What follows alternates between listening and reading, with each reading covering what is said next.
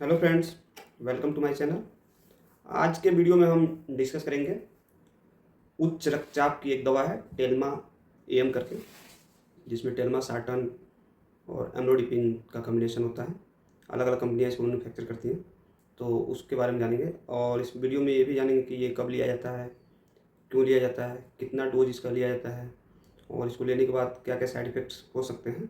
ये सारी जानकारी हम लेंगे, और डॉक्टर आपको ये किस केस में प्रिस्क्राइब करते हैं, ये सारी बातें इस वीडियो में डिस्कस करेंगे। तो आप अंत तक बने रहिएगा, तो आपको सारी जानकारी प्रॉपर वे में मिल सकती है। ठीक है, तो शुरू करते हैं। सबसे पहले ये जान लेते हैं कि जो ये दवा है टेल्मा एम, ये किन किन कॉम्बिनेशन में आती है। तो ये इसके कॉम्बिनेशन होते हैं, इसमें टेल्मा 40, टेल्मा 80 के नाम से अलग अलग आती है। टेल्मा 40, टेल्मा 80, ठीक है। जिसमें क्या होता है, टेल्मा साटन जो होता है वो एक बार 40 मिलीग्राम के कॉम्बिनेशन में होता है, एक बार 80 mg के कॉम्बिनेशन में होता है। लेकिन जो इसके साथ एमलोडिपिन होता है वो हमेशा 5 mg के कॉम्बिनेशन में होता है। ठीक है।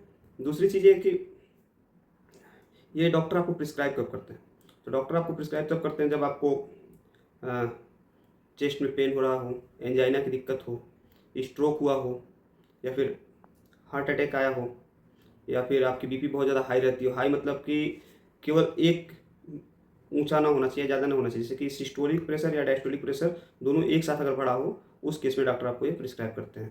तो आगे जानते हैं कि जो इसके दो कंबाइंड साल्ट होते हैं या दो कॉम्बिनेशन साल्ट जो है इसके अंदर हैं, टेल्मिसार्टन और एमलोडिपिन, तो उनमें उनका काम क्या होता है। तो जो सबसे पहले ये टेल्मिसार्टन जो होता है वो एंजियोटेंसिन सेकेंड रिसेप्टर होता है, और इसका काम ये होता है कि ये क्या करता है, जो ब्लॉक ब्लड वेसल्स हैं उनको खोलता है, ठीक है, और उनको कंस्ट्रिक्ट होने से मतलब रोकता है। दूसरा जो है एमलोडिपिन, वो क्या करता है, कैल्शियम चैनल ब्लॉकर होता है, और उसका काम ये होता है कि ब्लड वेसल्स को डाइल्यूट कर देना, जिससे क्या होता है कि जो ब्लड की फ्लो होती है वो ईजी हो जाती है। ईजी वे में ब्लड जो होता है फ्लो करने लगता है, जिससे क्या होता है कि हार्ट पे प्रेशर कम पड़ता है और हार्ट इजीली काम करता है। ये तो इसके इन दोनों के काम करने के तरीके हो गए।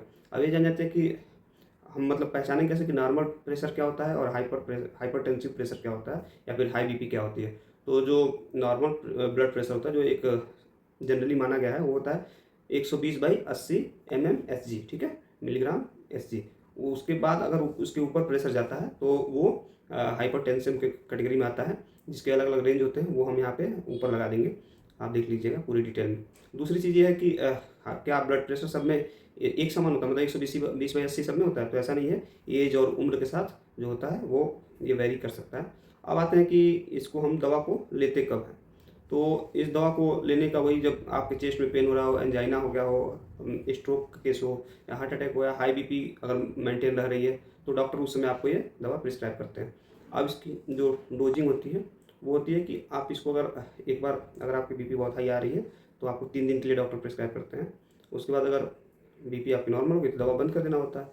लेकिन अगर बीपी उसके बाद भी बढ़ी रहती है या कम नहीं होती है, तो ये क्या होता है, ये आपके मतलब लाइफ स्टाइल में जुड़ जाती है, और ये फ्रीक्वेंटली आपको यूज़ करना पड़ता है, मतलब कि डेली आपको यूज़ करना पड़ेगा। वो भी सुबह खाली पेट आप यूज़ कर सकते हैं, या फिर खाने के बाद, मतलब खाने के साथ भी इसको लिया जाता है, एक टेबलेट डेली। नेक्स्ट जो है कि इसकी जो एज ग्रुपिंग होती है उसमें भी थोड़ा सा वो है कि आप 18 साल के जो नीचे की उम्र के लोग हैं उनको नहीं दिया जाता है, 18 साल के ऊपर वाले ही इसका प्रयोग कर सकते हैं। उसके बाद इसमें डॉक्टर आपको एडवाइस करते हैं कि आप थोड़ा टेंशन कम लें। दूसरी क्या है कि आप साल्ट का सेवन जो है, नमक का सेवन, वो कम कर दें।